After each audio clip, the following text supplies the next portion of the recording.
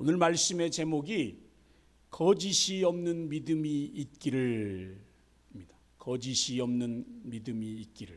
옆 사람에게 이렇게 인사합시다. 거짓이 없는 믿음을 가지십시오. 아멘. 아멘. 예. 오늘 5월의 마지막 날이고 또 마지막 날이 주일인 것도 참 복되고 은혜로운 것입니다. 그래서 우리 이 마지막 날에 주일을 주신 하나님 앞에 우리 감사로 영광의 박수를. 할렐루야. 아멘. 예. 바울 사도는 오늘 본문에서 믿음의 아들 삼은 디모데를 위해서 늘 기도하고 있다. 또 디모데와 그의 가정을 생각하면 하나님께 감사할 수밖에 없다라고 고백하고 있습니다. 특별히 디모데의 외할머니로부터 시작된 믿음이 어머니를 거쳐서 디모데에게도 그대로 전수되고 있음을 보면서 칭찬과 격려를 아끼지 않고 있습니다. 사랑하는 성도 여러분, 여러분 이전에 여러분 가정에서 가문에서 누군가가 믿음으로 사셨다고 하면, 특별히 여러분의 부모님 세대, 조부모님 세대가 믿음으로 사셨다라고 하면 여러분 하나님 앞에 진심으로 감사드릴 수 있기를 바랍니다. 무엇보다도 여러분이 하나님을 잘 섬기고 있을 뿐만 아니라 여러분의 자녀들, 또 여러분의 손자, 손녀들까지 믿음 안에 살고 있다면 정말로 뜨겁게 감사하실 수 있기를 바랍니다. 예, 아멘 하신 분 그렇게 될 줄로 믿습니다. 오늘 바울은 음습한 로마의 지하 감옥에서 믿음의 아들이자 사랑하는 제자인 디모데에게 복음이 담긴 마지막 편지를 쓰고 있습니다. 왜냐하면 바울은 이 서신을 쓰고 얼마 되지 않아서 네로 황제에게 사형을 언도받아서 참수를 당했기 때문입니다. 바울이 쓴 이 복음의 편지 첫 부분에서 바울은 디모데와 그의 할머니 로이스 그리고 그의 어머니 유니게에게 있는 믿음을 일컬어서 어떤 믿음이라고 말했냐면 거짓이 없는 믿음이다라고 말하고 있습니다. 거짓이 없는 믿음. 여러분 우리 5절 말씀 다시 한번 읽어봅시다. 이는 내 속에 거짓이 없는 믿음이 있음을 생각함이라. 이 믿음은 먼저 내 외조모 로이스와 내 어머니 유니게 속에 있더니 내 속에도 있는 줄을 확신하노라. 아멘. 아멘. 디모데의 가정 안에서 값진 유산처럼 전수되고 있는 이 거짓 없는 믿음에 대해서 바울이 칭찬한다는 것은 적어도 바울이 이 가정을 잘 알고 있다. 또 그 디모데의 식구들이 어떻게 신앙생활했는지를 분명하게 알고 있다는 것을 전제로 이야기하고 있는 것입니다. 그렇다면 여러분, 바울 사도가 디모데의 외할머니 또 그의 어머니 또 디모데를 언제 어디서 만났겠느냐 말이죠. 여러분 성경 사도행전 16장을 좀 펼쳐보시기를 바랍니다. 그 사도행전 16장에 보면 바울 사도가 신라와 함께 2차 전도 여행을 시작하면서 지도를 보시겠는데요. 지도에 루스드라라고 하는 지역이 나오게 됩니다. 지도에 보면 저기 그 비시디아 오른쪽에 그리고 밤빌리아 위쪽에 조그만 글씨로 루스드라라고 쓰여 있는데 보여주시기를 축복합니다. 그 루스드라에서 바울이 복음을 전할 때 디모데와 그의 부모들도 복음을 들었습니다. 이 지도를 계속 좀 띄워놓으세요. 특별히 청년 디모데는 바울의 제자가 되기를 원했고 이후에 선교 여행에도 함께 동참하고 싶었습니다. 그런데 아직 보호자의 동의가 필요하기 때문에 부모님께 허락을 받아야 했습니다. 그래서 바울 사도가 그의 부모를 만나보니까 디모데의 어머니는 이미 하나님을 믿고 예수님을 믿는 유대 여자였습니다. 그리고 그의 아버지는 헬라인이기는 하지만 예수님을 잘 믿었는지 어땠는지는 정확하지 않습니다만 그래도 그의 가족들이 예수님을 구주로 믿는 신앙생활하는 것에 대해서 반대하지 않았다는 겁니다. 그리고 또 한 분, 바로 디모데의 외할머니, 이분은 너무나 신실한 분이셨어요. 이분들 모두 디모데가 바울 사도를 따라서 복음을 전하러 가는 선교 여행에 동참하는 것에 반대했을까요? 찬성했을까요? 찬성했습니다. 디모데의 아버지는 자신은 헬라인이었지만 그의 아들 디모데가 할례 받는 것에 대해서 반대하지 않았습니다. 그렇게 바울이 루스드라에서 디모데와 그의 부모들과 그의 외할머니와 그리고 이 가정을 만나서 그분들 안에 있는 이 믿음이 참 신실하다는 것을 알게 되었습니다. 뿐만 아닙니다. 바울 일행이 루스드라에 머무는 동안 여러분 생각에 누구 집에 머물렀을 것 같습니까? 아마 이 사도 바울 일행이 디모데의 집에 머물면서 복음을 전할 수 있도록 아낌없는 배려를 해 주었을 것 같습니다. 그렇다면 그의 외할머니 그리고 어머니에게 있었고 그리고 젊은 청년 디모데에게 있었다는 그 거짓없는 믿음, 그 믿음은 도대체 어디서 생겨난 걸까? 우리가 성경을 보면 믿음은 하나님의 선물이라고 그러잖아요. 물론 하나님의 선물이죠. 그러나 그 믿음이 우리 안에 쉽게 자랄 수가 없죠. 여러분 이 질문의 해답이 어디 있냐면 디모데후서 3장 15절이에요. 여러분 디모데후서 3장 15절을 좀 보시겠습니까? 오늘 우리가 읽은 성경 한 장만 넘기면 디모데후서 3장 15절인데 자, 우리 디모데후서 3장 15절 같이 읽습니다.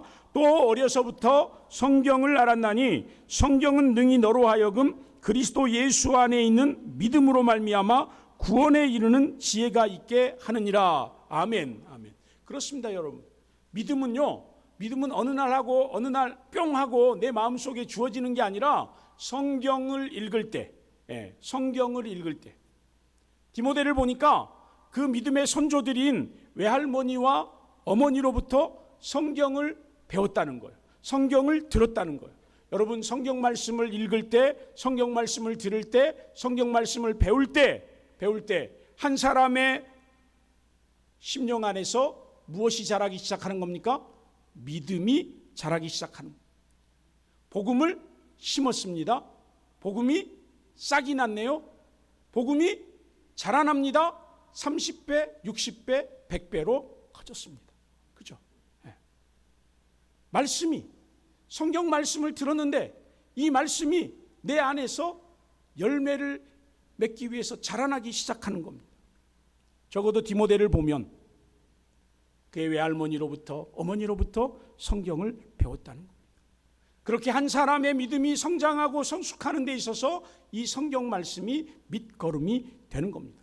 그러니까 저는요 이렇게 생각합니다. 우리 아이들이 글자만 읽을 줄 안다면 여러분 아이들이 성경 읽는 시간에 참여하게 하십시오. 우리 건우가 글자 읽기 전부터 성경 통독학교에 부지런히 따라다녔습니다. 뭐 이게 글씨를 읽을 수도 없지만 그래 듣는 건 할 수 있잖아요. 그림 보고 무슨 내용인지 알 수는 있잖아요.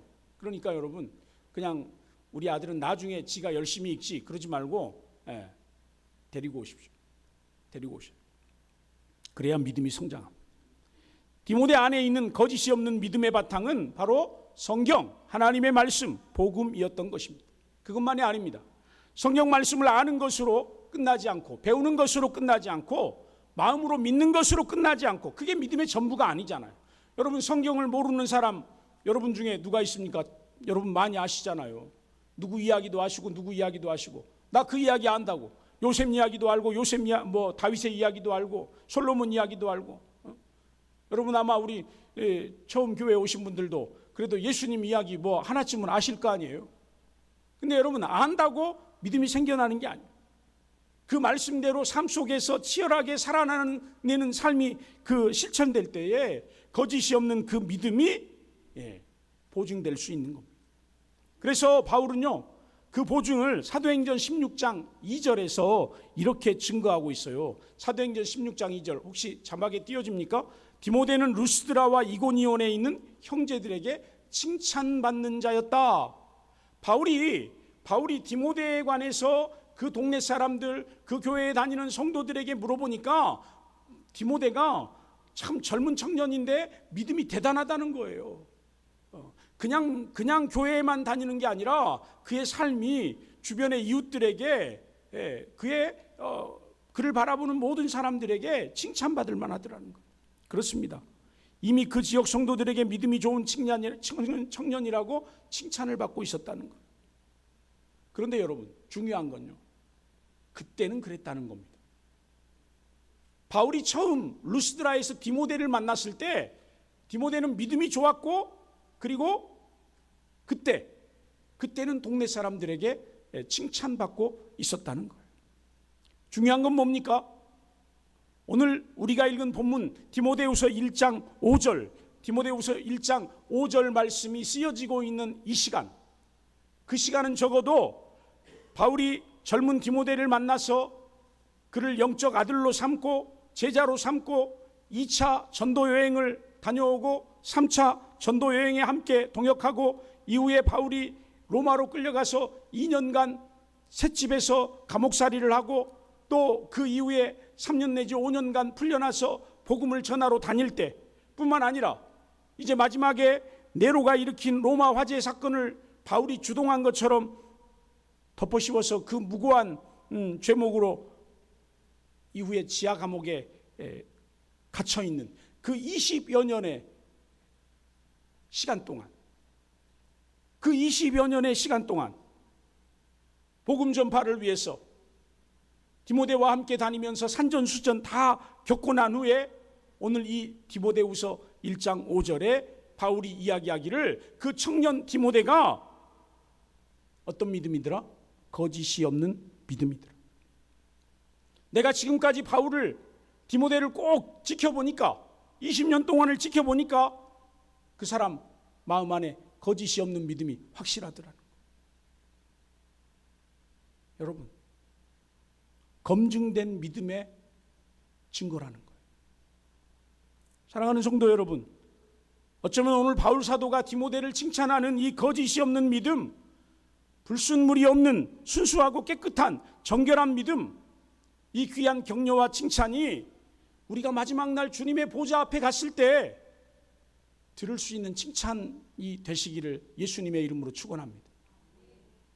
김 집사가, 박 집사가, 이 권사가 신앙생활하는 거 하나님이 쭉 지켜봤는데 거짓이 없더라는 거예요. 깨끗하더라는 거예요. 그렇다면 여러분, 루스드라에서 처음 만났고 마지막으로 이 로마의 지하 감옥에 갇혀있는 이 순간까지 바울이 디모데의 거짓 없는 믿음을 어떻게 경험했기에 이런 칭찬을 서슴없이 하고 있는 것일까요? 이 부분을 세 가지로 정리해서 말씀을 드리고 싶습니다. 첫 번째로는요, 젊은 디모데가 세상의 향락과 타락한 문화에 빠져 살지 않았다는 겁니다. 우리 젊은 청년들 잘 들으십시오. 청년 디모데가 예수님을 믿으면서 세상의 향락과 타락한 문화에 빠져 살지 않았다는 거예요. 어려서부터 성경을 읽었습니다. 성경을 들었습니다. 배웠습니다. 그리고 하나님께서 원하시는 삶이 무엇인지를 끊임없이 질문하면서 살았습니다. 말씀을 배우는 것으로 끝나지 않았습니다. 그 말씀대로 살려고 삶 속에서 발버둥 쳤습니다. 너는 청년의 때에 너의 창조주를 기억하라는 전도서 12장 1절의 말씀처럼 디모데는 청년의 때에 자신을 이 땅에 보내신 하나님의 섭리가 뭘까? 하나님의 계획이 뭘까? 하나님이 나를 통해서 이루시고 싶어하는 일이 뭘까? 끊임없이 묵상하면서 살았다는 겁니다. 그런 젊은 디모데의 영적 몸부림을 두 눈으로 똑똑히 지켜본 사람이 누구예요? 사도 바울이라는 거예요. 그래서 바울은 디모데전서 1장 19절에 디모데에게 이렇게 말합니다. 너 청년이라고 너 뭐든지 할 수 있다고 막 살지 말아라. 뭐 가지고 살아라? 믿음과 착한 양심을 가지고 살아라. 하나님을 경외하고 예수님을 따라 살려는 그 착한 양심, 선한 양심, 그거 가지고 살아라. 세상의 청년들이 아무렇게나 산다고 너 그렇게 살지 말아라. 착한 양심 가지고 살아라. 믿음 가지고 살아라. 왜냐하면 그때 당시에도 많은 청년들이 너무나 쉽게 이 양심을 버려버리고 믿음에서 파선하고 있었기 때문에 그렇습니다. 오늘 우리 시대의 교회들 안에 20대, 30대, 40대의 젊은이들이 거의 멸종 위기에 있다고 합니다. 그리고 청소년들, 초등학생들은 아예 그냥 미전도 종족이라고 말해요. 복음을 들어보지 못한 세대라고 말해요. 여러분, 기성세대들이 믿음의 본을 잘못 보인 것이 큰 잘못이긴 하지만 그것보다 더 안타까운 것이 뭡니까? 그들 스스로 믿음을 저버린다는 거예요. 하나님이 그들 안에 주신 착한 양심, 선한 양심을 쓰레기처럼 던져버린다는 거예요. 그냥 세상 풍조대로 살아요. 세상의 유혹대로 살아요. 죄 짓고 싶으면 죄 지어요. 그러나 젊은 디모데는 그렇게 하지 않았다는 거예요. 말씀을 붙들고 조상적부터 섬겨오던 그 믿음, 그 신실한 믿음, 그 거짓 없는 믿음을 지켜나가려고 애를 썼다는 겁니다. 사랑하는 성도 여러분, 우리 청소년들, 청년들, 젊은 세대 여러분, 세상이 그런다고 세상 풍조에 휩쓸려 살지 마시기를 바랍니다. 디모데와 같은 거룩한 열정을 가지시길 바라요. 거짓 없는 믿음을 가지시길 바라요. 그 은혜가 저와 여러분에게 충만하시기를 예수님 이름으로 축원합니다. 두 번째로 디모데는 고난 앞에서 인내하고 견뎌내는 믿음의 사람이었다는 겁니다. 여러분, 사도행전 13장 13절에서 바울과 바나바가 1차 전도 여행을 떠났습니다. 그런데 그때 1차 전도 여행에 함께 동참했던 젊은 청년이 한 사람이 있었습니다. 그도 제자였습니다. 그의 이름이 마가입니다.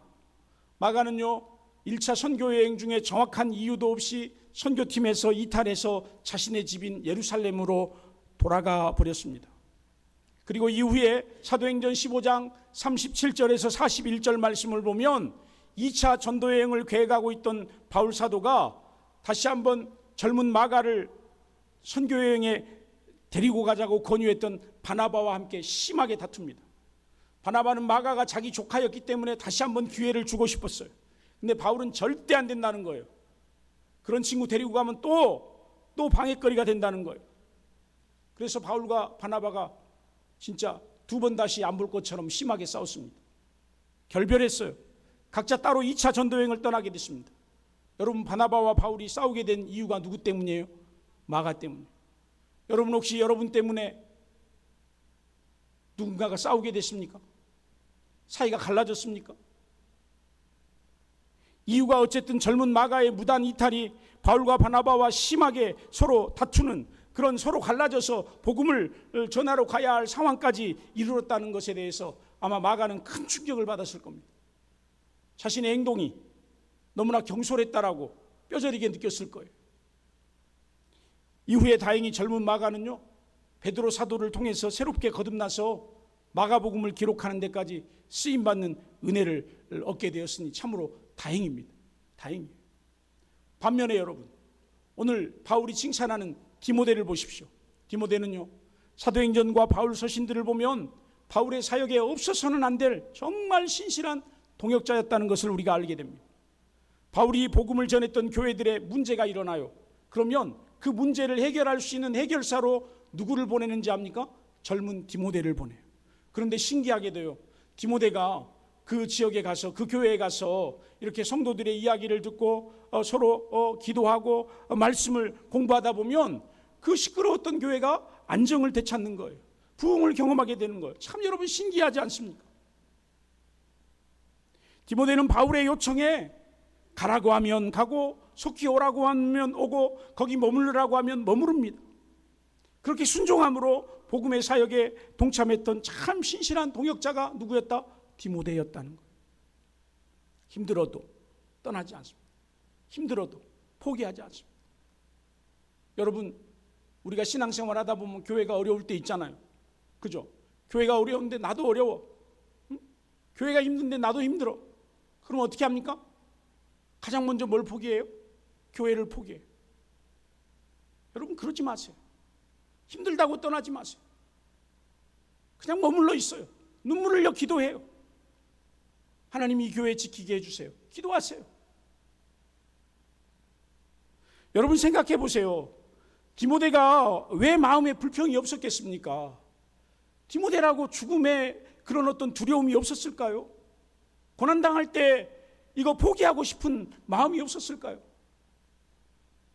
저는 가끔 개척한다고 하는 후배들한테 밥 사주면서 그렇게 이야기합니다. 개척하지 마라. 힘들다. 여러분, 그런데도 하나님은 끊임없이 교회들을 개척하십니다. 그들로 하여금 복음을 전하게 하십니다. 제 인생에 몇 번 후회한 적이 있는데 가장 크게 후회한 것이 교회를 개청한 겁니다. 근데 가장 크게 기뻐한 것이 뭐냐? 교회를 개청한 거예요. 여러분, 눈앞이 캄캄할 때는 이걸 왜 했을까? 그런데 교회를 그만두고 싶지는 않았죠. 성도들을 포기하고 싶지는 않았죠. 오늘 디모데가 그랬던 것 같아요.